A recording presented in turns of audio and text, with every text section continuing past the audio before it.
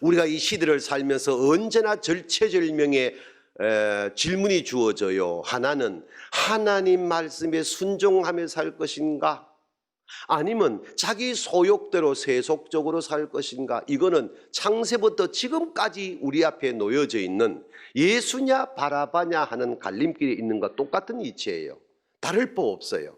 그런데 오늘 우리가 하나님을 믿는 믿음의 사람으로 살면서 예수로 말미암아 구원받은 백성으로 살면서 하나님의 말씀에 따라서 사는 것이 아니라 자기 소욕을 따라서 세속적으로 산다면은 그건 안 된다는 거야. 아멘 좀 봐서. 안 되는 거예요, 그건요. 그런데도 우리가 그렇게 살아가는데 오늘 우리의 아픔이 있다는 것입니다. 왜 그러냐는 거예요. 근원적인 질문을 우리가 기억을 해야 되는데 창세기 3장 9절 말씀에 아담아 네가 어디 있느냐라고 했거든요. 4장 10절에 가인아 네가 무엇을 했느냐 묻거든요.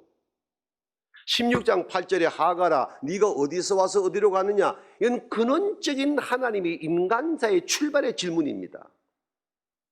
내가 어디 있는지, 내가 지금 무엇하고 있는지, 내가 어디로 가고 있는지 이 질문에 답을 할 수 있는 사람이어야 어떤 상황에서도 믿음으로 파손되지 아니하는 은혜 안에 살게 될 줄로 믿습니다. 그런데 이걸 하지 아니하는 사람들로 인하여 사회도 교계도 가정도 무너지고 파괴된 일들이 우리 주변에 얼마나 많이 있습니까? 저와 여러분이 지금 이 자리에 앉아 계시는 것 자체가 이 믿음 있는 사람인 줄로 믿습니다. 정말 아멘이지요? 근데 중요한 질문이 있어요. 아멘 한 사람들인데 왜 교회 공동체가 시끄러울까? 그죠? 정말로 믿음으로 산다고 고백하고 말씀에 순종하며 내 소욕대로 세속적인 삶이 아닌 말씀 중심으로 산다는 우리들이잖아요. 아멘이잖아요. 근데 그런 아멘 하는 사람들이 모인 우리들 가운데 왜 분쟁이 있고 분열이 있고 갈등이 있냐는 거예요. 오늘 말씀의 주제가 그 말씀에 대한 답을 주고 있는 거예요. 말씀 제목처럼 내 발에서 신을 벗으라. 아멘. 예, 우리 한번 따라 합시다. 하나님, 오늘 또 말씀을 통하여 하나님 앞에서 내 발에 신을 벗겠습니다. 아멘. 여기에 진심으로 아멘 할 수 있어야 답게 사는 거예요. 이런 말씀에 그림처럼 세워주신 핵심 인물이 누구냐? 모세라는 거예요. 자, 말씀을 뛰어넘어서 애굽 문화가 창달하게 되어집니다. 동시에 반대로 히브리 민족들의 고통도 창궐해집니다. 이 두 길이 있어요. 애굽의 문화가 창달할 때 이스라엘 백성들의 고통은 그만큼 비례하여 무거워지는 거예요. 이 히브리 민족들의 고통의 소리가 하나님에게 상달됐어요. 하나님이 들으시고 430년 만에 모세라는 한 사람을 통하여 히브리 민족을 자유민족이 되게 하시는 역사가 출애굽의 역사란 말이에요. 내용은 다 아는 거니까 그냥 간단하게 설명하면은 하나님이 모세란 한 아이를 탄생시키는데 그때가 언제냐? 애굽의 백성들의 고통이 절정에 이를 때, 히브리 민족의 고통이 절정에 이를 때, 애굽의 문화가 창달할 때에 하나님께서 모세를 등장시키는 겁니다. 그러니까 말씀 보게 되어지면은 출애굽기 1장 12절 말씀에 학대가 심할수록 학대를 받을수록 이스라엘 백성들은 좀 더 번성하니라 되어 있단 말이에요. 이게 참 중요한 말이거든. 애굽의 바로가 이스라엘 백성을 학대하면 할수록 이스라엘은 번성하더라는 거예요. 코로나 시대 이 말씀을 영감으로 받으시기 바랍니다. 코로나19가 우리의 삶의 모든 걸 다 치고 들어올지라도 예수 믿는 성도의 삶은 번성합니다. 아멘. 어떤 환경 가운데서도 이 믿음을 지키는 교회는 살아남는 거예요. 그런 면에서 볼 때 우리 교회가 얼마나 감사합니까? 이렇게 대면 예배가 주의 은혜 가운데 역사되고 있단 말이에요. 참석한 여러분이 복을 받을 줄로 믿습니다. 그러니까 바로의 입장에서 이스라엘 백성이 번성하니까 덜컥 겁나는 거야. 아차하여 이스라엘 사람들이 낳는 아이들의 남자는 전부 죽이라고 명령 내려요. 요때 아므람과 요게벳의 집에 모세가 태어난단 말이에요. 이 모세를 지켜낼 길이 없어가지고 요게벳은 갈대 상자에 모세를 담아가지고 혹시 하나님이 선히 인도하시겠지 하고 나일강에 띄우는 거예요. 보세요. 하필 그때 바로의 공주가 나왔다가 이 갈대 상자를 발견하고 열어보니까 기가 막힌 아이가 누워있는가. 3달짜리 아이입니다. 이때 하나님이 바로의 공주의 눈을 360도 아주 예쁘게 살짝 돌려보내가지고 이 모세를 보는 순간에 마음이 동하여 내 아들이다 하여 왕궁으로 데려가서 40년을 키웁니다. 어떻게? 최고의 애굽 문화의 왕자의 자리에서 그야말로 누구도 배울 수 없는 학문과 모든 걸 다 배우는 겁니다.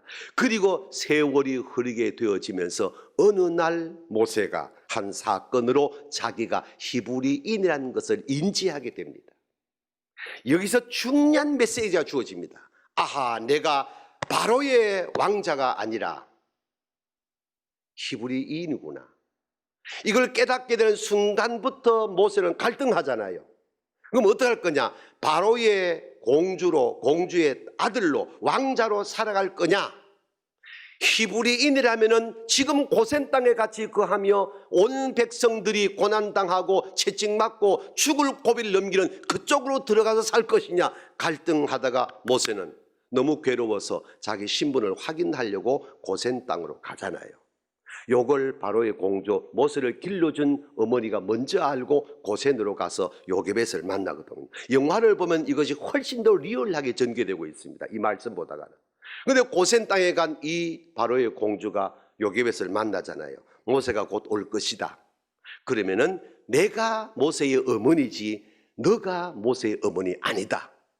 확인을 시켜주면서 모세가 오더라도 명심하라 하니까 요게벳이 첫 번째 대답이 어떻습니까? 내 입은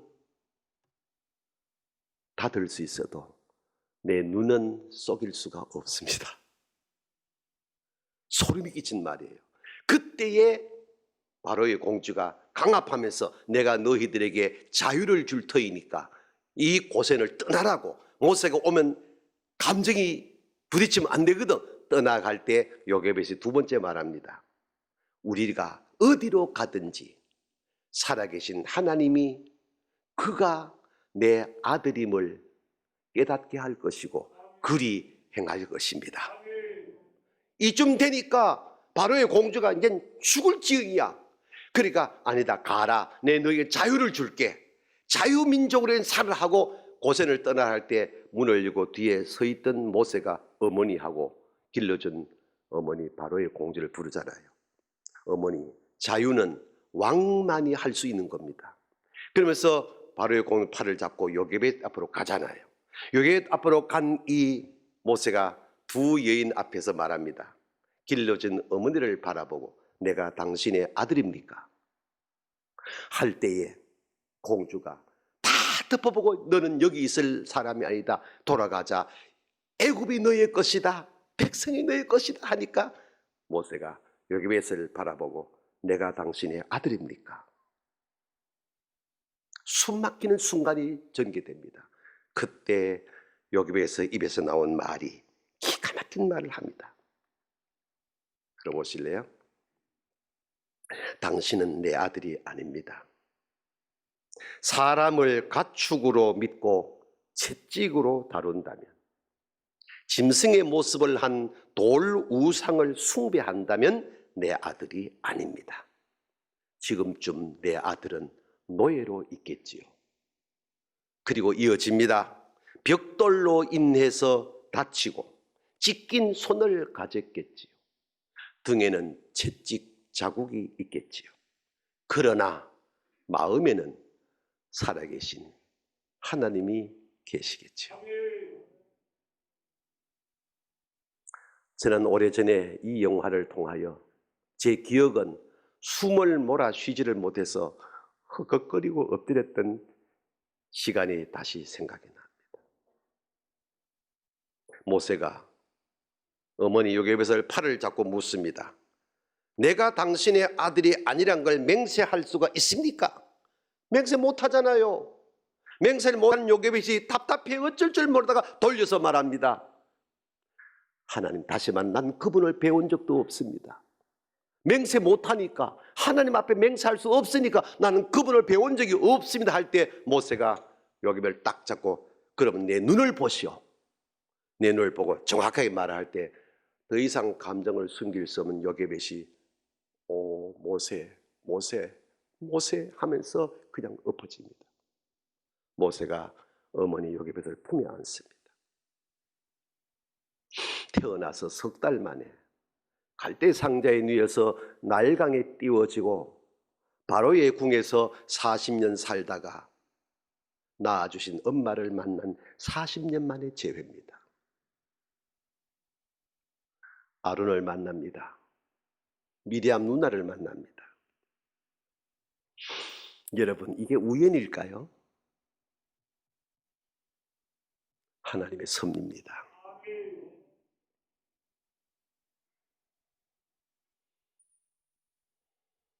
그리고 모세는 애굽 사람 하나 죽이고 광야길로 도망을 합니다. 애굽 사람을 죽이고 광야로 도망가는 이 모세의 걸음이 우연일까요? 지난날 바로와 함께 황금마차 타고 달리던 그 길이 아니라 모래바람 부는 사막길을 모세는 이제 홀로 걸어갑니다. 독사가 있습니다. 전갈이 있습니다. 친구도 없습니다. 밤이면은 추워서 살 수가 없습니다. 낮이면 뙤약 끝에 살아날 가망이 전혀 없습니다.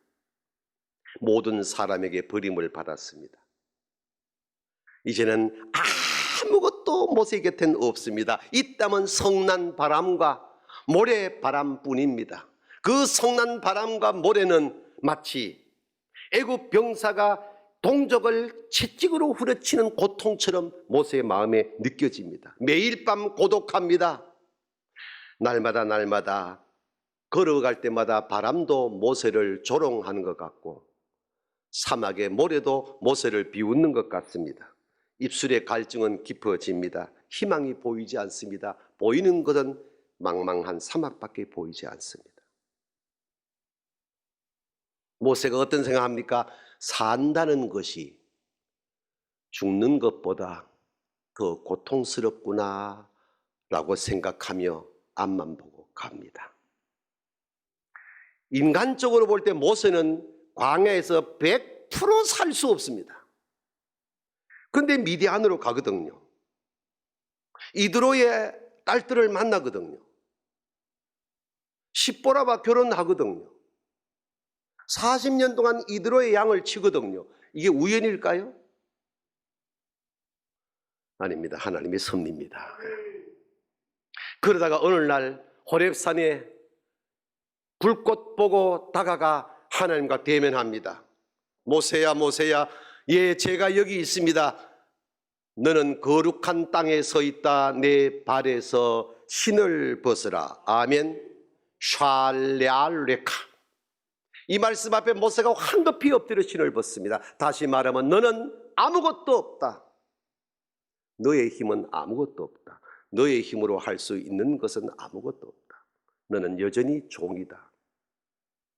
그리고 하나님이 그 모세에게 은혜를 입혀 주셔서 40년 동안 쳤던 이드로의 양을 쳤던 그 지팡이를 바꾸어서 히브리 민족을 인도하는 지팡이가 되게 하십니다. 40년 왕궁 생활하고 40년 이드로의 양을 치고 40년 히브리 민족을 이끌었던 모세의 여정에서 여러분은 무엇을 느낍니까? 하나님은 살아계십니다. 여러분이 우연히 여기 앉아 계시는 것 같지만 그렇지 않습니다. 하나님이 여러분을 여기 인도하셨고 여전히 축복의 자리에서 예배를 드리게 되는 줄로 믿습니다. 여기서 중요한 관점 하나 놓치면 안 됩니다. 그렇게 해서 모세는 다시 돌아가서 이드로의 양을 치던 지팡이로 하나님의 백성을 인도하는 하나님의 지팡이를 잡고 바로에게 가서 10가지 재앙을 통하여 드디어 430년 노예 생활을 하던 히브리 민족을 구원해 냅니다. 그리고 가나안 땅을 향해 갑니다. 할렐루야. 여러분 묵상해 보십시오. 이스라엘 민족 사이에 있어서 모세는 감사할 것밖에 없는 사람 아닙니까? 그렇죠? 이스라엘 백성들에게 모세는 은혜 입은 밖에 없습니다. 그런데 왜 이스라엘은 모세를 그렇게 대항했을까요? 430년 종살이에서 자유케 해 주었는데 홍해 앞에 딱 오니까 우리를 물귀신 되게 하려고 여기까지 끌어왔냐? 모세를 향해서 원망을 합니다.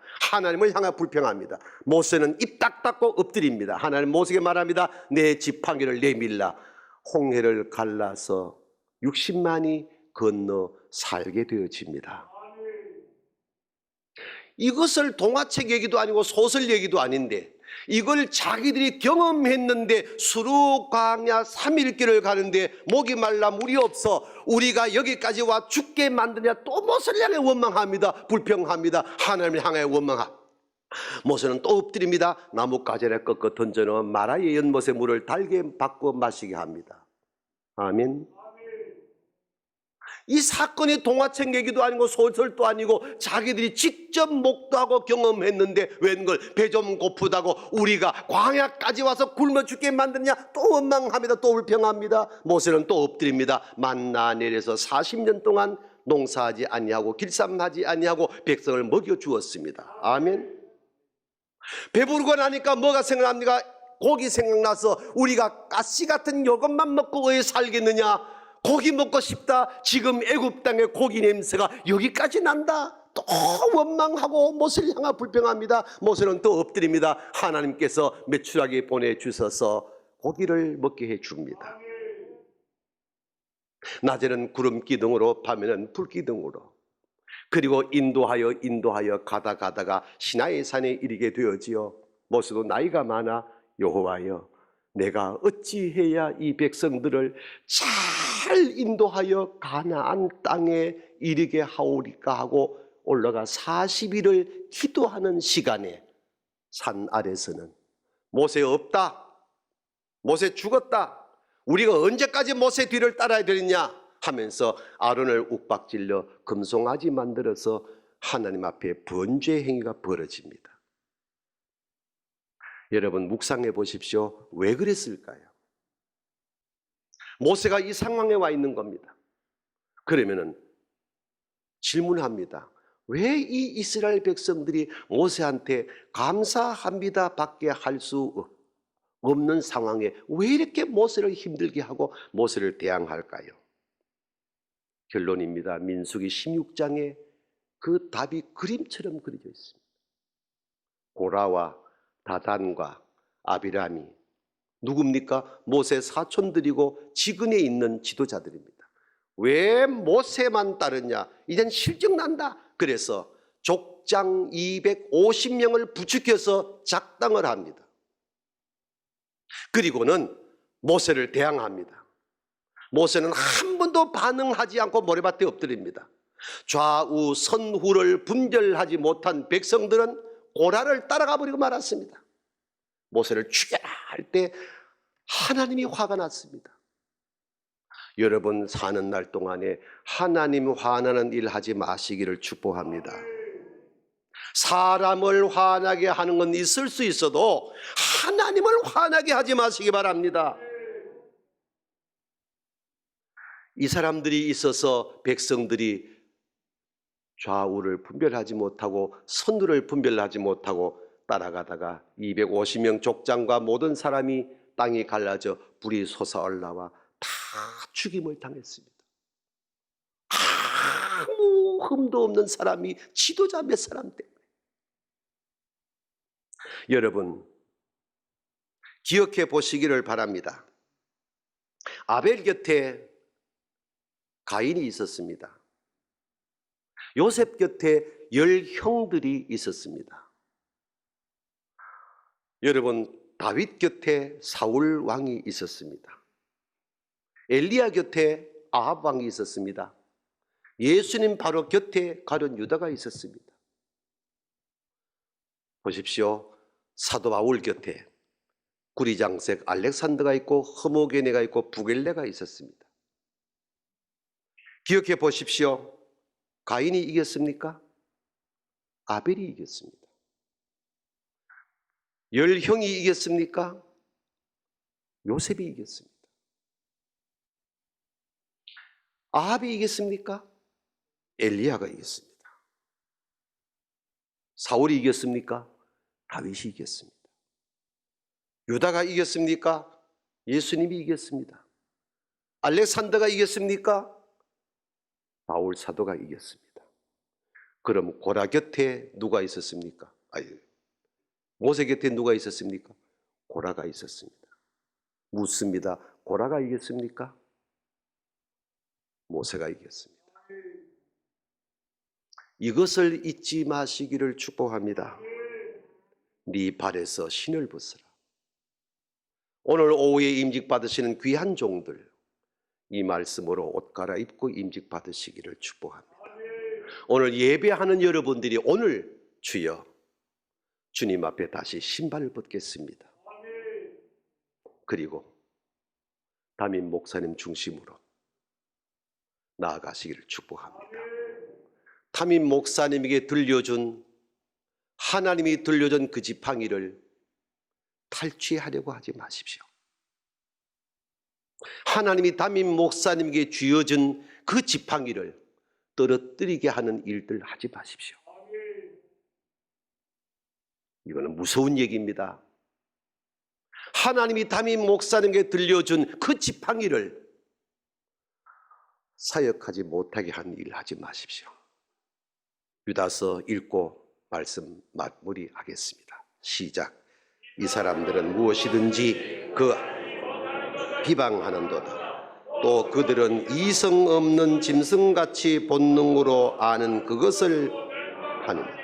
화 있을진저 이 사람들이여 가인의 길에 행하였으며 삭설 위하여 발람의 어그러진 길로 몰려갔으며 고라의 패역을 따라 멸망을 받았도다. 그들은 기탄 없이 너희와 함께 먹으니 너희의 애자는 암초요 자기 몸만 기르는 목자요 바람에 불려가는 물 없는 구름이요 죽고 또 죽어 뿌리까지 뽑힌 열매 없는 가을나무요 자기 수치의 거품을 품는 바다에 거친 물결이요 영원히 예비된 캄캄한 흑암으로 돌아갈 유리하는 별들이라. 아멘. 하나님의 말씀입니다. 하나님의 말씀입니다.